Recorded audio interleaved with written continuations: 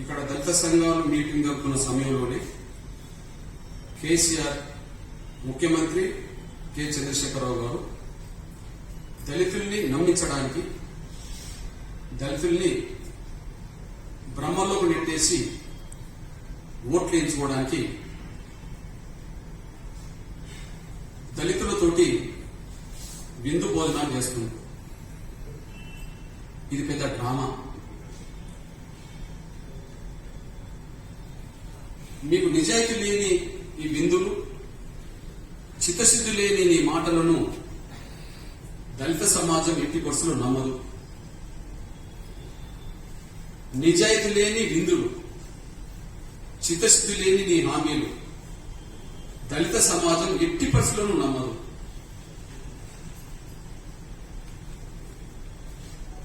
ఈరోజు హుజురాబాద్ నియోజకవర్గం నుంచి ఊరికి 4 చొప్పున్నో 5 చొప్పున్నో సమీకరించి ఏసీ బస్సుల్లో ముందు పోలీసుల వాహనాల రక్షణ మధ్యలో ఏసీ బస్సులు తీసుకొచ్చారు. ఇవాళ ప్రగతి భవన్ లో ఆ దళిత వర్గాలకు సంబంధించిన ప్రజలతోటి కేసీఆర్ గారు విందు చేస్తున్నాడు. అయితే నమ్మాలా? నువ్వు ఏసీ బస్సులో తీసుకొచ్చి నువ్వు నీ పక్కన కూర్చొని పెట్టుకుని దళితులతో నువ్వు భోజనం చేస్తే 7 ఏళ్లుగా నువ్వు చేసిన మోసాలను మేము మర్చిపోవాలా? మమ్మల్ని మోసం చేస్తున్నది మీరే,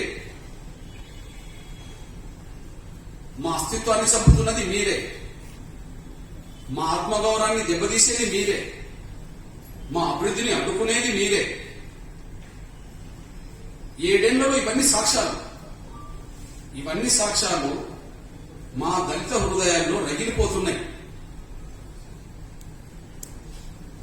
మా అస్తిత్వాన్ని చంపింది మీరేనని, మా ఆత్మగౌరవం దెబ్బతీస్తున్నది మీరేనని, మమ్మల్ని మోసం చేస్తున్నది మీరేనని, మమ్మల్ని ఆర్థికంగా ఎదగకుండా అడ్డుకుంటున్నది మీరేనని సాక్ష్యాలు మా కళ్ళ ముందు కనిపిస్తున్నప్పుడు మా హృదయాలు రగిలిపోతున్నాయి.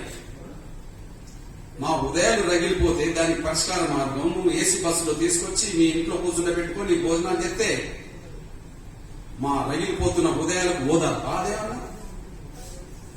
డ్రామాలు కట్టుబెట్టాలి.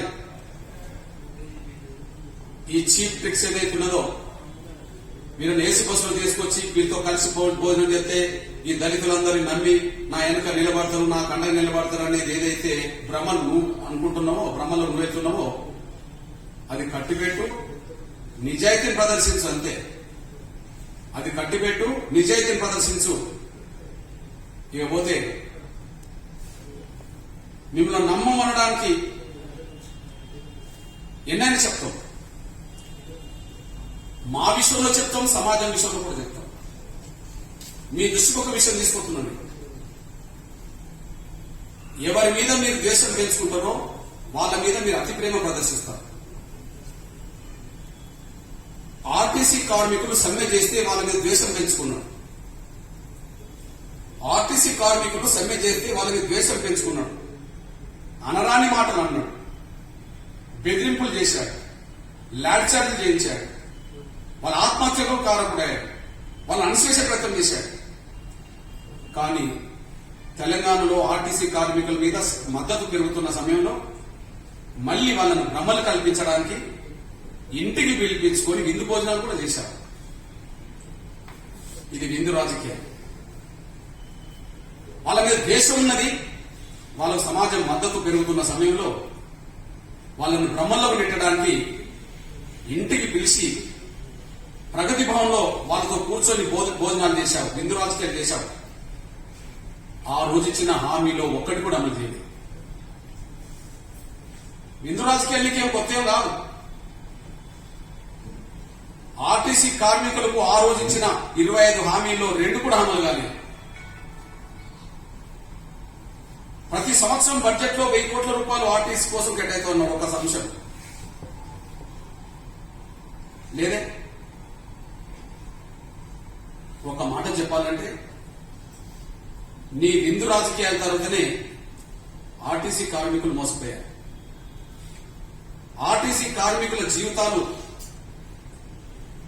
అభద్రత భావంలో పడడానికి దారితీసింది. ఆర్టీసీ కార్మికులు నీ విందు రాజకీయాల తర్వాతనే అణిచివేత గురవుతున్నారు. అవి తట్టుకోలేక నేను ఆత్మహత్యలు కూడా పాల్పడుతున్నారు. అణిచివేతను తట్టుకోలేక ఆర్టీసీ కార్మికులు ఆత్మహత్యలు కూడా పాల్పడుతున్నారు. అంటే నీ విందు రాజకీయాలు కొత్తేం కాదని, నువ్వు దగ్గర తీసుకున్నట్టుగానే తీసుకొని వాళ్ళని మోసం చేస్తావనే విషయాన్ని ఇంతకుముందే రుజువు అయిపోయింది.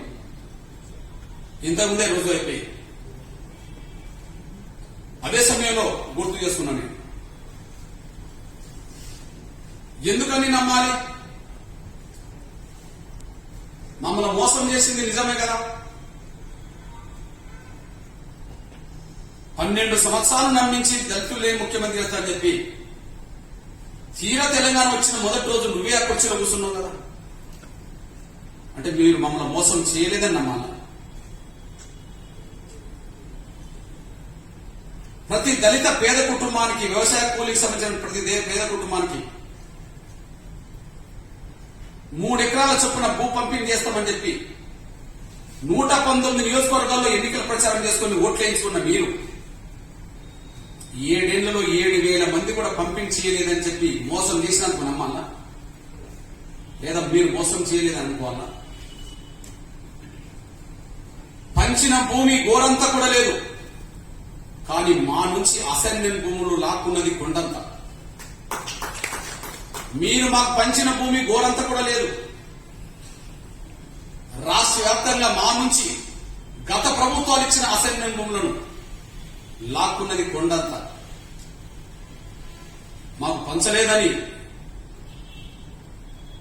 మీరు మోసం చేయలేదని మేము భ్రమల్లో మీకు నెట్టివేయాలన్నా? అదే సమయంలో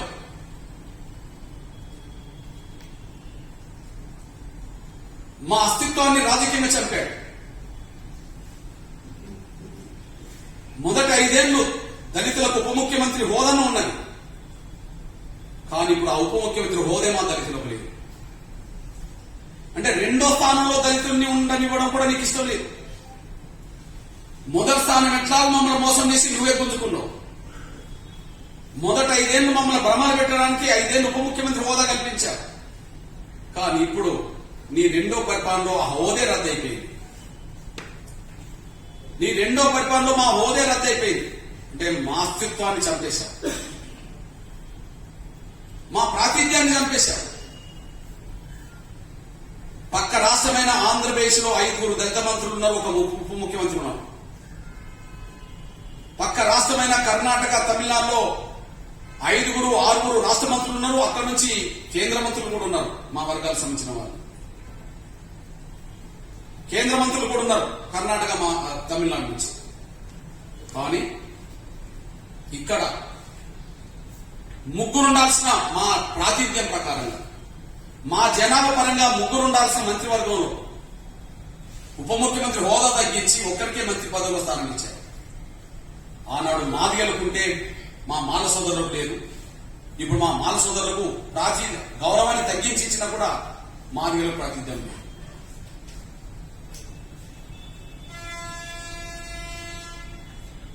నీ ముఖ్యమంత్రి కార్యాలయంలో ఒక దళిత ఐఏఎస్ ఆఫీసర్ లేదు. నీ కార్యాలయానికి మా దళిత ఆఫీసర్లు అంటరాన్నోలైపోయారు. నీ ముఖ్యమంత్రి కార్యాలయానికి మా దళిత ఆఫీసర్లు అంటరాన్నోలైపోయారు. నీ సలహా మండలిలో ఒక దళితుడు లేదు.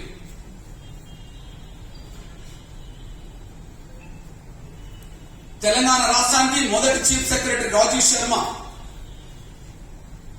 ఆయన రిటైర్డ్ అయిపోయిన వెంటనే ఆయనను ప్రత్యేక సలహాదారుగా, ముఖ్య సలహాదారుగా నియమించుకున్నావు.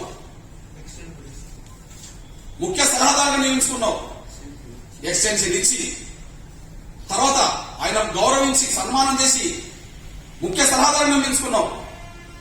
కానీ 2వ చీఫ్ సెక్రటరీగా ఉండబడే మా దళిత ప్రదీప్ చంద్ర గారిని, ఆయన 9 నెలలు చేయాల్సిన చీఫ్ సెక్రటరీ పదవి కాలాన్ని 6 నెలలు తగ్గించి మళ్ళా ఎక్స్టెన్షన్ చేయకుండా, కనీసం రిటైర్మెంట్ అయిన రోజు కనీసం ఆయనను గౌరవించకుండా ఆయన ఇంటికి పంపించారు. రాజీవ్ శర్మ గారికి ఎందుకు ముఖ్య కార్యదర్శి, ముఖ్య సలహాదారుగా తీసుకున్నావో, ప్రదీప్ చంద్ర గారిని దళితుడిని ఎందుకు ఇంటికి పంపావో మా దళిత సమాజం మర్చిపోలేదనేసి కూడా గుర్తు చేస్తున్నాను. నీ సలహా మండలిలో ఒక్కరు నీ చుట్టూ లేదంటే మా దళితుల మీద ఇప్పుడు నువ్వు మాట్లాడుతున్నది కపట ప్రేమే తప్ప, నీ బిందు రాజకీయాలు కపట బుద్ధితోనే తప్ప మా పట్ల నీకు ఎలాంటి చిత్తశుద్ధి అభిమానం లేదనే విషయం సాక్ష్యాలు రుజువు అవుతున్నాయి. అంతేకాదు మా దళిత ప్రాతినిధ్యం అన్ని నియామకాల్లో చంపేస్తున్నావు లేదా తగ్గేస్తున్నావు. మా దళితుల ప్రాతినిధ్యం అన్ని నియామకాల్లో చంపేస్తున్నావు లేదా తగ్గిస్తున్నావు. మొన్న మీరు నియమించిన యూనివర్సిటీ వైస్ ఛాన్సలర్లో మా ప్రాతినిధ్యం తగ్గింది. తెలంగాణ పబ్లిక్ సర్వీస్ కమిషన్ లో మా ప్రాతినిధ్యం తగ్గింది. ఇట్లా చెప్పుకుంటూ పోతే ప్రతి చోట మా ప్రాతినిధ్యం తగ్గించుకుంటూ పోతున్నాం. ఎందుకు నమ్మాలి కేసీఆర్ గారిని? మిమ్మల్ని ఎందుకు నమ్మాలి? మిమ్మల్ని నమ్మే ప్రసక్తి లేదు.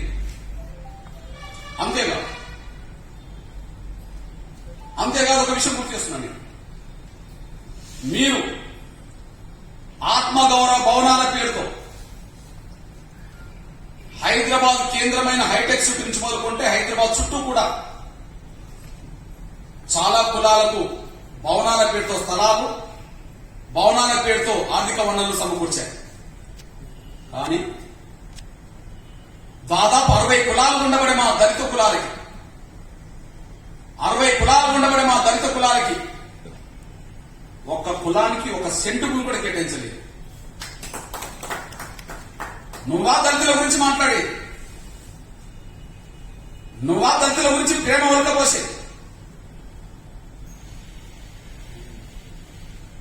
ఈరోజు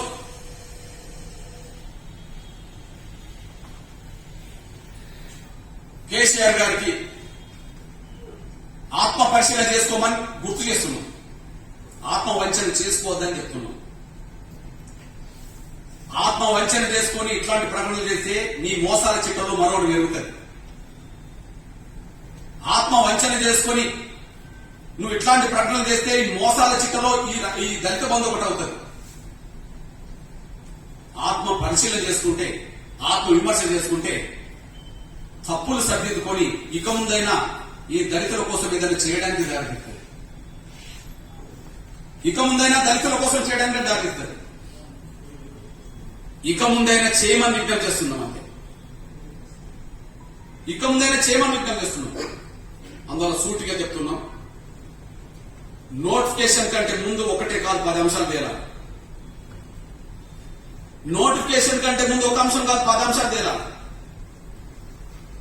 నిన్ను ఊరికే మనం నమ్మం. ఎందుకు నమ్మమంటే నోటిఫికేషన్ వచ్చినాక అప్పటికే అధికారుల లిస్ట్ అంతా దళితులు తయారై ఇక ఇచ్చే సమయానికి నోటిఫికేషన్ వచ్చింది కాబట్టి మేము ఇవ్వలేకపోతున్నాం, మేమే అధికారం ఉంటాం, ఇక్కడ గెలిచినా ఓడిన అధికారం మేమే ఉంటాం కాబట్టి మేమే అమలు చేస్తాం కదా అని చెప్పి నమ్మించి హుజురాబాద్ లో లబ్ధి పొంది తర్వాత ఎగనామం పెట్టే అవకాశం కేసీఆర్ నైజంలో ఉన్నది. దానికి నేను సాక్ష్యం చెప్తున్నా. నేను గ్రేటర్ హైదరాబాద్ కేంద్రంలోనే ఇప్పుడు ప్రెస్ మీట్ పెడుతున్నా. పోయిన జిహెచ్ఎంసీ ఎన్నికల్లో వరదలు తీవ్రంగా వచ్చినప్పుడు వరద బాధితుల కోసం కేసీఆర్ గారు మాట్లాడిందేందో సమాజం మర్చిపోలేదు. ముందు వరద బాధితులకు కొంతమందికి ఒక్కొక్కరికి కుటుంబానికి 10,000 ఇస్తానని చెప్పి 5-6% ఇచ్చి వెంటనే నోటిఫికేషన్ వచ్చిన వెంటనే ఖచ్చితంగా నోటిఫికేషన్ రావడం వల్లనే అందరికి ఇవ్వలేకపోయాం. కాబట్టి ఎన్నికలు అయిపోయిన వెంటనే మేమే గెలిచినా ఓడినా అధికారం ఉన్నది మేమే కాబట్టి ప్రతి బాధితుడికి వరద బాధిత ప్రతి కుటుంబానికి 10,000 చొప్పున ఖచ్చితంగా ఇస్తామని చెప్పి కేసీఆర్ గారి ప్రకటన ఉన్నది.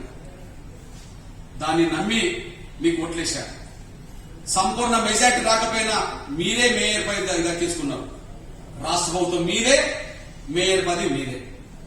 మరి నెలలు గడిచిపోతున్నాయి కానీ మీరేమన్నా 10,000 రూపాయలను ఇచ్చారా? మీరేమన్నా ఒక 10,000 రూపాయలు ఇచ్చారా? ఇవ్వలేదు. మరి నోటిఫికేషన్ తర్వాత మీ గవర్నమెంటే మీరు మేయర్న కానీ 10,000 ఇవ్వనప్పుడు మరి మీరు ఒక్కొక్క దళిత కుటుంబానికి 10 లక్షలు ఇస్తారన్నమ్మా. కేసీఆర్ గారు రాష్ట్ర వ్యాప్తంగా 1,00,000 కోట్లు ఇస్తామని చెప్పి మాట్లాడింది కదా నిన్న. విందు రాజకీయాలు చేసినప్పుడు 1000 కోట్లే ఆర్టిస్ట్ కేటాయిస్తా అన్నాడు కదా. 1000 కోట్లు కేటాయించినోడు మాకు 1,00,000 కోట్లు ఎట్లా కేటాయిస్తాడు? ఇక్కడ 10,000 ఇవ్వనోడు 10 లక్షలు ఇస్తాడు. ఇక్కడ 10,000 హైదరాబాద్ లో ఇవ్వనోడు 10 లక్షలు ఇస్తాడు. అమాయకులు ఎవరు లేరు. నీ దగ్గర భజన పనులు ఉండవచ్చు, కానీ బయట ఉన్నది మేము ఉద్యమ కారణం, మా దళితుల కోసం జీవిస్తున్న వాళ్ళం. నీ దగ్గర భజన పనులు ఉండవచ్చు, మేము ఇక్కడ ఉన్నది ఉద్యమ కారణం, మా దళిత సామాజిక వర్గాల కోసం జీవిస్తున్న వాళ్ళం. మాకు న్యాయం ఎవరు చేసినా వాళ్ళకి అండగా ఉంటాం, మమ్మల్ని మోసం ఎవరు చేసినా ఎదుర్కొంటాం. ఇది మా సంస్థ. కాబట్టి చెప్తున్నా, నోటిఫికేషన్ కంటే ముందే దయచేసి పాత్రిక ఎలక్ట్రానిక్ మీడియా మిత్రులకు పాయింట్స్ చెప్తున్నాను, ఏమేం పరిష్కారం కావాలో చెప్తున్నాను, గ్రహించాల్సి విజ్ఞప్తిస్తున్నాను. నోటిఫికేషన్ కంటే ముందే కేసీఆర్ ఇప్పుడే చెప్తున్నాం, నువ్వు ఏ తేదీన ఈ దళిత బంధు పథకాన్ని అమలు చేస్తున్నావో నోటిఫికేషన్ రావడానికి వారం రోజుల ముందే ఎప్పుడు ఏ తేదీన పూర్తి చేస్తావో వెంటనే ప్రకటన చేయాలి. ఏదేమైనా దళిత బంధు పథకం అనేది మీరు హుజురాబాద్ లో పెట్టిన ఆ హుజురాబాద్ లో ఉండబడే 20,900 కుటుంబాలకు, ఎన్ని కుటుంబాలకు? 20,900 చిల్లర కుటుంబాలకు, ప్రతి కుటుంబానికి దళిత బంధు వర్తించాలి. అంతే,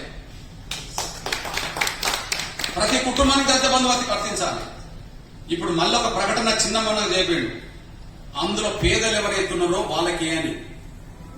మరి రైతు బంధు ఇచ్చేటప్పుడు పేద రైతులకు ఇవ్వాలి కానీ భూస్వాములకి ఎందుకు ఇస్తున్నాం?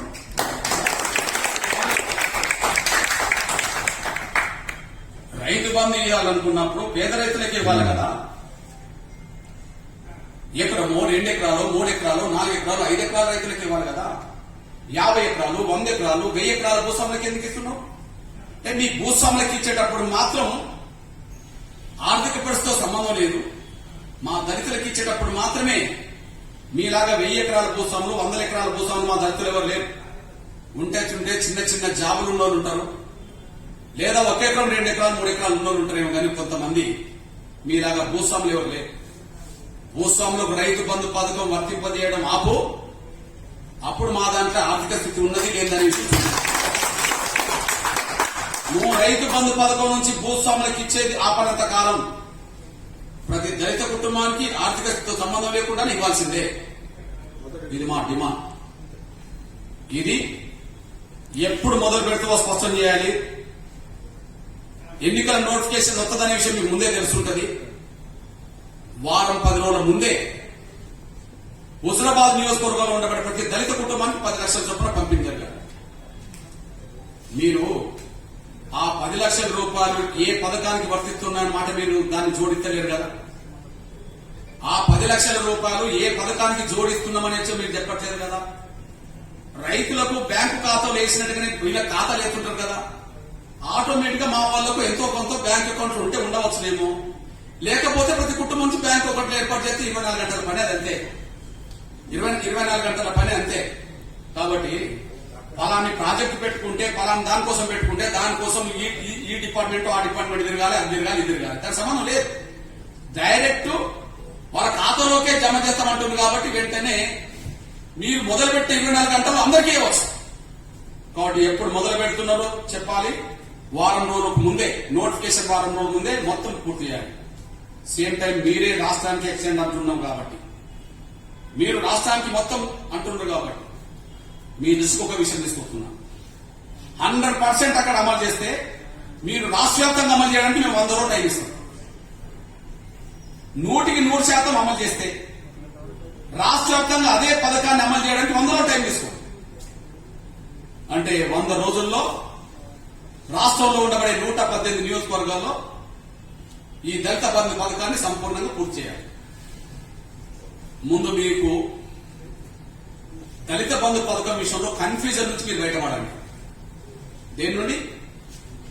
కేసీఆర్ గారు కన్ఫ్యూజన్ లో ఉన్నాడు, క్లారిటీగా లేదు. కన్ఫ్యూజన్ లో ఎట్లున్నాడో ఒక అంశం చెప్తున్నా నేను. ముందు దళిత సాధికారత సమావేశంలో 119 నియోజకవర్గాలకు లబ్ధిదారులను ఒక్కొక్క నియోజకవర్గానికి 100 మంది చొప్పున సెలెక్ట్ చేసి 119 నియోజకవర్గాల్లో ఉన్న వాళ్ళందరికీ 10 లక్షల చొప్పున ఇస్తాము, పైలట్ ప్రాజెక్ట్ గా హుజురాబాద్ లో దీన్ని ప్రారంభిస్తాము అన్నారు. అంటే హుజురాబాద్ లో లబ్ధిదారుల సంఖ్య 100, మిగిలిన 118 నియోజకవర్గాల్లో లబ్ధిదారుల సంఖ్య 100. అక్కడ తేడేం లేదు కదా. కానీ రెండో దశకు వచ్చేటప్పటికి అన్ని నియోజకవర్గాల్లో 100 మంది పోయింది. అదే సమయంలో హుజురాబాద్ లో కూడా 100 మంది పోయింది. అసలు హుజురాబాద్ నియోజకవర్గంలో 100కు 100% 20,000 కుటుంబాలకు దళిత బంధు పథకం వర్తిస్తామని మళ్ళీ మీరు చెప్పేశారు. దానికి 2,000 కోట్లు అన్నారు మళ్ళీ మీరే. అంటే 1,200 కోట్ల రూపాయలు రాష్ట్రానికి, ఒక అసెంబ్లీ నియోజకవర్గానికి 2,000 కోట్ల రూపాయలు అన్నారు. మూడో దశకు వచ్చేటప్పటికి రాష్ట్ర వ్యాప్తంగా అమలు చేయడానికి 1,00,000 కోట్లైనా కేటాయిస్తాము అన్నారు మళ్ళీ. అక్కడ మళ్ళీ కన్ఫ్యూజన్ ఏంటంటే, మొదటి ప్రాజెక్టు ప్రకారంగా అన్ని నియోజకవర్గాలు 100 కోట్లు అయినప్పుడు, మీరు రెండో నిర్ణయం ప్రకారం ఒక నియోజకవర్గానికి 2,000 కోట్లు అన్నప్పుడు మిగిలిన 118 నియోజకవర్గాలకు కూడా అదే 2,000 కోట్లు కేటాయించాల్సి వస్తుంది కదా. మొదటి ప్రాజెక్టు ప్రకారంగా లబ్ధిదారుల సంఖ్య ప్రతి నియోజకవర్గం 100 మందిని చూశారు. మీరు రెండో దశకు వచ్చేటప్పటికి నువ్వు 2,000 కోట్లు ఒక నియోజకవర్గానికి అన్నారు. మరి 2,000 కోట్ల రూపాయలు ఆ హుజురాబాద్ నియోజకవర్గం అయినప్పుడు ఇన్సూరెన్స్ గా ప్రతి నియోజకవర్గానికి 2,000 కోట్లు ఇవ్వాల్సిందేగా లెక్క ప్రకారంగా. ఆ లెక్క చూస్తే మొత్తం 119 నియోజకవర్గాల గాను 238 కోట్ల రూపాయలు ఖర్చు వస్తాయి. 2,38,000 కోట్ల రూపాయల ఖర్చు వస్తాయి. కాబట్టి నువ్వు మొదట అన్నదో 100 మంది, రెండోసారి వచ్చినప్పటికి 2,000 కోట్లు, నువ్వు అన్న 1,00,000 కోట్లకు కూడా మన కన్ఫ్యూజన్. ఎందుకంటే 2,38,000 కోట్ల ఖర్చు వస్తుంది. కాబట్టి నువ్వు కన్ఫ్యూజన్ నుంచి నువ్వు బయటపడి ఒక క్లారిటీకి వస్తే, ఎక్కడ హుజురాబాద్ లో అయితే 2,000 కోట్ల రూపాయలు ఖర్చు పెడుతున్నావు అంటున్నావో, ప్రతి అసెంబ్లీ నియోజకవర్గానికి 2,000 కోట్ల రూపాయలు ఖర్చు పెట్టాలి. అది 100 రోజుల్లోనే పూర్తి చేయాల్సిన బాధ్యత మీ మీద ఉంటుంది. దీని మీద స్పష్టమైన ప్రకటన చేయాలని చెప్పి నేను డిమాండ్ చేస్తున్నాను. ఇకపోతే నోటిఫికేషన్ కంటే ముందే, ఎన్నికలకు వెళ్లడానికంటే ముందే మంత్రివర్గంలో మా దళితుల ప్రాతినిధ్యం పెంచాల్సిందే. మంత్రివర్గం మీ దొరల ఆధిపత్యానికి కేంద్రంగా నిలయంగా ఉంటే మేము చూస్తూ ఊరుకోలేము. మంత్రివర్గం మీ దొరల ఆధిపత్యానికి నిలయంగా ఉంటే మేము చూస్తూ ఊరుకోలేము. వేలమాన్ రెడ్డి 2 కులాలైనప్పుడు మాలా మార్గంతో పాటు మేము 59 కులాలు ఉన్నాం. 59 కులాల పక్షాన ఒక్కరే ఎందుకుంటారు? 2 వెలమారెడ్డి కులాల తరఫున 10 మంది ఎందుకుంటారు? వాటి స్పష్టం చేస్తున్నాం. మా మంత్రిగా కొనసాగుతున్న మా కొప్పుల ఈశ్వర్ గారికి ఉప ముఖ్యమంత్రి హోదా ప్రమోట్ చేయాల్సిందే. ఇప్పటికే కొనసాగుతున్న మా మంత్రికి, ఎందుకంటే గత 5 ఏళ్లు మాకు ఉప ముఖ్యమంత్రి పదవి ఉన్నది, ఇప్పుడు ఈ మధ్య లేదు కనుక కొప్పుల ఈశ్వర్ గారికి వెంటనే ఉప ముఖ్యమంత్రి హోదాలో మళ్ళీ కూర్చొని పెట్టాల్సిందే. 2, మాదిగ ఉపకులాల నుంచి ఖచ్చితంగా 1 మీరిస్తున్న రసమైకి మంత్రివర్గంలో స్థానం కల్పించండి. 2, మిగిలిన దళిత ఎమ్మెల్యే నుంచి, మాదిగ ఎమ్మెల్యే నుంచి, ఉపకులాల నుంచి ఇంకొకరికి అవకాశం ఇవ్వండి. మళ్ళా చెప్తున్నాం, కొప్పుల ఈశ్వర్ గారికి ఉప ముఖ్యమంత్రి పదవి ఇవ్వాలి. ఇంకా 2కి మా దళితుల నుంచి మంత్రివర్గ స్థానం కల్పించాలి. ఇది ఎన్నికల నోటిఫికేషన్ కంటే ముందే ప్రకటన చేయాలని చెప్పి డిమాండ్ చేస్తున్నా. 3వది, 3 ఎకరాల భూ పంపిణీ కోసం ప్రతి సంవత్సరం బడ్జెట్ లో 3 ఎకరాల భూ పంపిణీ కోసం ప్రతి సంవత్సరం బడ్జెట్ లో 25,000 కోట్ల రూపాయలు ఖర్చు పెట్టే విధంగా నువ్వు ముందుకు రావాలి. ఇప్పుడు 10 లక్షల రూపాయలు ఇస్తానన్న పేరుతో 3 ఎకరాల భూ పంపిణీ ఆ నినాదాన్నే మరుగున పరచడానికి కుట్రలు చేస్తే మేము అంగీకరించాం. 3 ఎకరాల భూ పంపిణీ యథావిధిగా సాగాల్సిందే. నువ్వు దళిత బంధు పథకాన్ని నువ్వు అనుకున్నట్టుగా, మేము చెప్తున్నట్టుగా అది అమలు జరగాల్సిందే. కాబట్టి దళిత బంధు పథకం ముసుగులో 3 ఎకరాల భూ పంపిణీ అనే అంశాన్ని పక్కన పెడితే మా జీవితాలే భూమితో ముడిపడి ఉన్నాయి కనుక 180% మా దళితులు కూలీలు కనుక, వ్యవసాయ కూలీలు కనుక మా జీవితాలే భూమితో ముడిపడి ఉన్నప్పుడు భూ సమస్య మాకు పరిష్కారం ముఖ్యం కనుక ఖచ్చితంగా 3 ఎకరాల భూ పంపిణీ కోసం ప్రతి బడ్జెట్ లో 25,000 కోట్ల రూపాయలు ఖచ్చితంగా కేటాయించాల్సిన అవసరం కూడా మేము డిమాండ్ చేస్తున్నాం. అంతేకాకుండా మా నుంచి ఏ భూమి అయితే అసైన్మెంట్ భూమి తీసుకున్నారో కలెక్టర్ కార్యాలయం కోసం, పోలీస్ కమిషనరేట్ల కోసం, రైతు వేదికల కోసం, డంపింగ్ యార్డ్ల కోసం, శ్మశాన వాటికల కోసం, పల్లె ప్రకృతి వనాల కోసం, ఇతరత్ర ప్రజా అవసరాల కోసం, ప్రభుత్వ అవసరాల కోసం అంటూ ఏ అసైన్ భూమి అయితే మా దళితుల నుంచి తీసుకున్నారో ఆ తీసుకున్న ప్రతి గ్రామంలో, ఆ తీసుకున్న ప్రతి మండలంలో, ప్రతి జిల్లాలో దానికి సమానమైన భూమి మళ్ళా మాకు, దానికి సమానమైన భూమి మాకు ఇవ్వాల్సిందే. అది కూడా మేము డిమాండ్ చేస్తున్నాం. అది కూడా నోటిఫికేషన్ లోపే తేల్చాల్సిన అవసరం ఉన్నదని చెప్పి మేము గుర్తు చేస్తున్నాం. నోటిఫికేషన్ కంటే ముందే మీ ముఖ్యమంత్రి కార్యాలయంలో ఉండబడే దళిత ఐఏఎస్ ఆఫీసర్ల సంఖ్య ఎంతో తేలాలి. నోటిఫికేషన్ కంటే ముందు 2-3 ముఖ్యమంత్రి కార్యాలయం ఆవరణ పెట్టాలి. ఏదన్నా మా కోసం తీసుకునే నిర్ణయం అమలు జరగాలంటే మా ఆఫీసర్లు అక్కడ ఉండాలి. ఆ విధంగా గత ప్రభుత్వాలు అమలు చేసినాయి. ఆ విధంగా గత తెలుగుదేశం ప్రభుత్వం, గత కాంగ్రెస్ ప్రభుత్వము మా దళిత ఐఏఎస్ ఆఫీసర్లను కీలకమైన స్థానంలో ముఖ్యమంత్రి కార్యాలయంలో కూర్చునిపెట్టారు. అది తెలుగుదేశం కూర్చునిపెట్టింది, కాంగ్రెస్ కూడా కూర్చునిపెట్టింది, మా వాళ్ళని కూర్చునిపెట్టింది. కానీ నువ్వు వచ్చినాకనే మా వాళ్ళని దూరం పెట్టేశావు. ఇంటికి పిలిచి భోజనం పెడితే కాదు, నీ కార్యాలయంలో మా దళిత ఆఫీసర్లు ఎందుకో లేదో చెప్పు. కాబట్టి ముఖ్యమంత్రి కార్యాలయంలో వెంటనే మా దళిత ఐఏఎస్ ఆఫీసర్లను నియమించాలి. నీ చుట్టుండబడే సలహా మండలిలో మా దళిత అధికారులను, మా దళితుల్లోంచి ఎదిగిన మేధావి వర్గాన్ని, రిటైర్డ్ మా దళిత అధికారులు ఉన్నారు, చాలా మంది ఉన్నారు. అగ్రకులాల ఆఫీసర్లు రిటైర్మెంట్ అవుతే వాళ్ళు అందులోనే మళ్ళీ కొనసాగుతున్నారు. కొత్త కొత్త పోస్టులు క్రియేట్ చేసి వాళ్ళకి ఇస్తున్నారు. చాలా డిపార్ట్మెంట్లు ఆ విధంగా ఉదాహరణ చెప్పవచ్చు. వెలమ రెడ్డికి సంబంధించిన ముఖ్యంగా బ్రాహ్మణ ఆఫీసర్లకు సంబంధించిన వాళ్ళు రిటైర్డ్ అవుతానోమో వాళ్ళు మళ్ళా అదే స్థానంలో నిలబడుతున్నారు, కొత్త కొత్త పోస్టులు రిక్రూట్ అవుతున్నారు. కానీ మా దళిత ఆఫీసర్లు ఎక్కడ రిటైర్మెంట్ అయినా కూడా వాళ్ళు ఇంటికి పంపబడుతున్నారు. కాబట్టి మీ సలహా మండలిలో కూడా మా దళిత ఆఫీసర్ల నుంచి రావాలి, మా దళిత మేధావర్గం నుంచి కూడా రావాలి. వెంటనే ఆ విషయాన్ని వెంటనే ప్రకటన చేయాల్సిందిగా మేము డిమాండ్ చేస్తున్నాం. అదే సమయంలో తెలంగాణ యూనివర్సిటీలలో మా బీసీల సంఖ్య పెరగాలి. తెలంగాణ పబ్లిక్ సర్వీస్ కమిషన్ లో మా దళితుల సంఖ్య పెరగాలి. ఒక్క మాట చెప్పాలంటే మీరు నియమించే ప్రతి నియామకంలో మీరు ఎన్ని రకాలుగా నియామకాలు చేపడతారో ప్రతి నియామకాల్లో 18% వాటా, అన్ని నియామకాల్లో మా 18% వాటకు గ్యారెంటీ ఉండాలి. ఆ గ్యారెంటీ ఏందో ఖచ్చితంగా నోటిఫికేషన్ కంటే ముందే విస్పష్టమైన ప్రకటన, దానికి అనుగుణమైన ఆదేశాలు లిఖితపూర్వకంగా ఉండాలని చెప్పి మేము డిమాండ్ చేస్తున్నాం.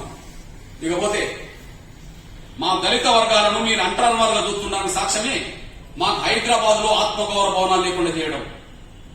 ఇప్పుడు మేము ఎక్కడ అడుగుతున్నామంటే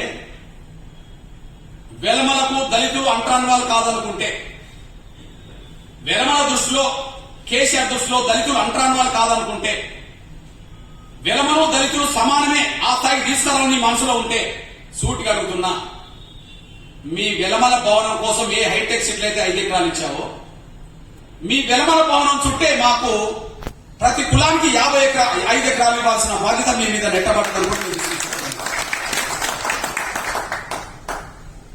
మీరు 5 ఎకరాలు ఉంటే వెలమ భవన్ చుట్టే హైటెక్ సిటీలో ప్రతి దళిత కులానికి 5 ఎకరాలు అనివ్వండి. లేదా మీరు 5 ఎకరాలు తగ్గించుకుని 1 ఎకరానికి పరిమితం కండి. 5 ఎకరాలు తగ్గించుకుని 1 ఎకరానికి మీరు పరిమితం కండి. దాని చుట్టే కులానికి మాకు 1 ఎకరం.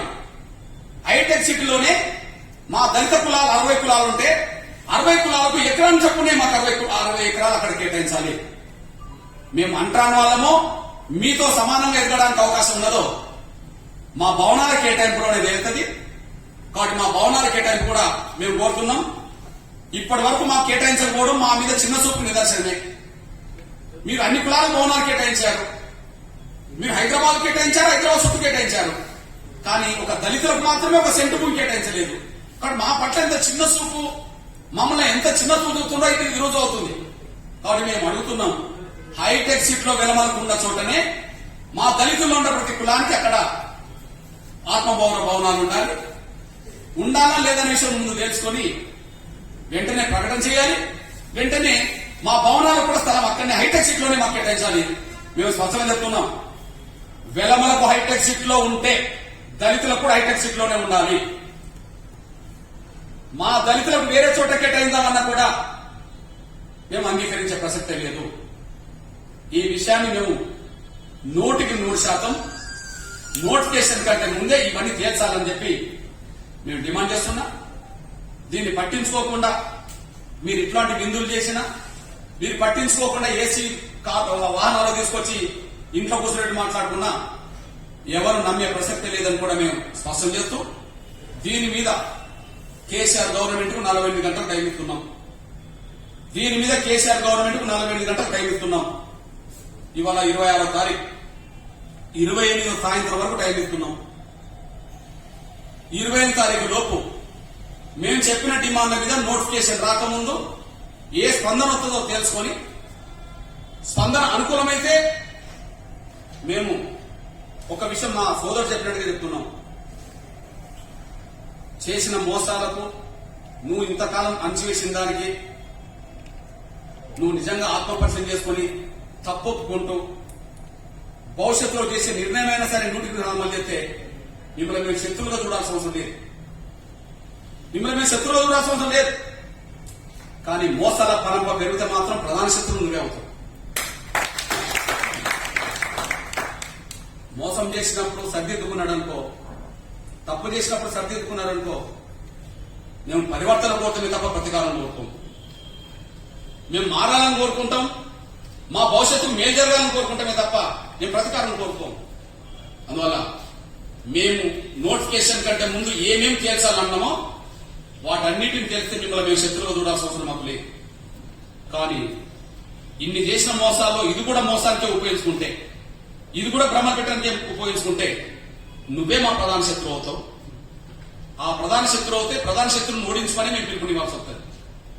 కాబట్టి మా కార్యాచరణ ఎలా ఉండాలనే విషయంలో 48 గంటల్లో మీ నుండి వచ్చే స్పందనను బట్టి, 48 గంటల్లో కేసీఆర్ గవర్నమెంట్ వచ్చే స్పందన బట్టి మేము 28వ తారీఖు నాడే మా సోదరుడి ఆమోదంతో, మా సోదరులందరి ఆమోదంతో ఇప్పుడు మేము హైదరాబాద్ లో ఉన్న ప్రధాన నాయకత్వం మాత్రమే సిట్టింగ్ చేస్తున్నాం. గత 3-4 రోజులుగా అది రాష్ట్ర స్థాయి నాయకత్వం కావచ్చు, జాతీయ స్థాయి నాయకత్వం కావచ్చు, కానీ హైదరాబాద్ లో ఉండబడే ప్రధాన నాయకత్వం మాత్రమే సిట్టింగ్ చేస్తున్నాం.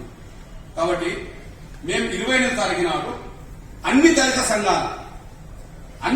సంఘాల ఉమ్మడి రాష్ట్ర సమావేశాన్ని, అన్ని దళిత సంఘాల ఉమ్మడి రాష్ట్ర సమావేశాన్ని 28వ తారీఖు నాడు మేము హైదరాబాద్ లో పెడతాం.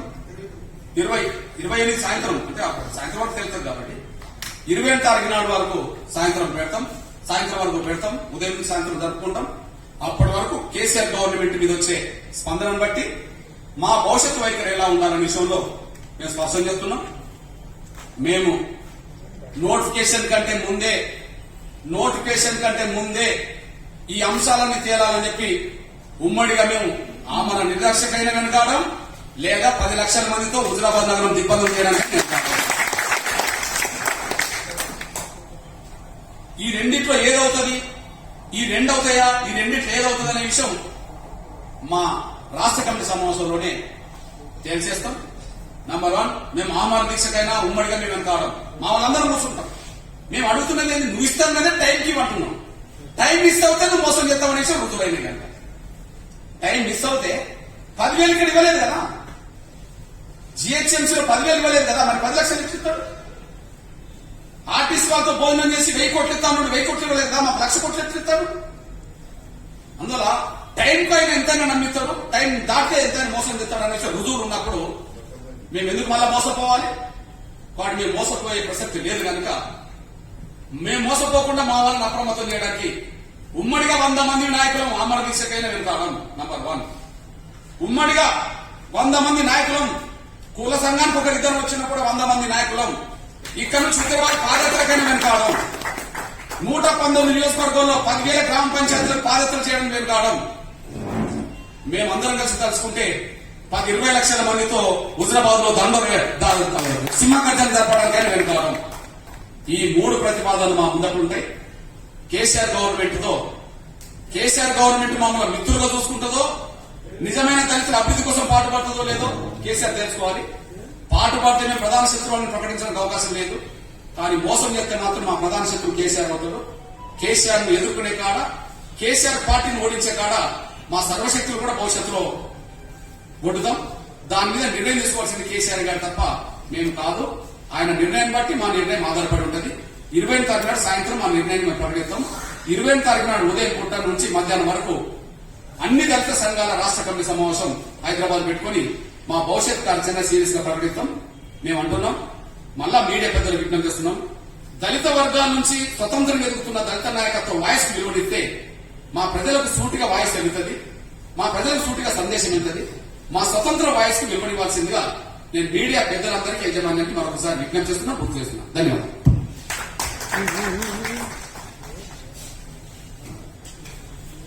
Thank you very much.